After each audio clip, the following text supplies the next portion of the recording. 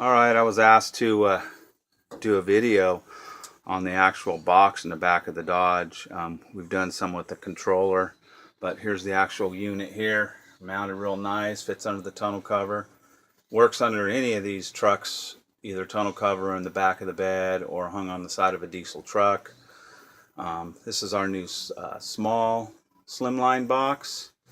We got a few of those out there and working really well.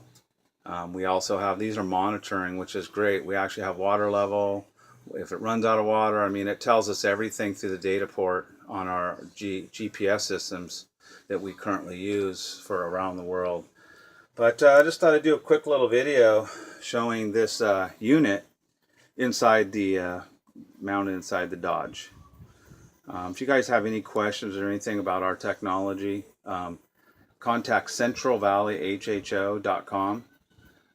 We've been around for about 9 years, so it's pretty easy to find us on the website there. Anyways, I just thought I'd do a quick little video. Have a nice day.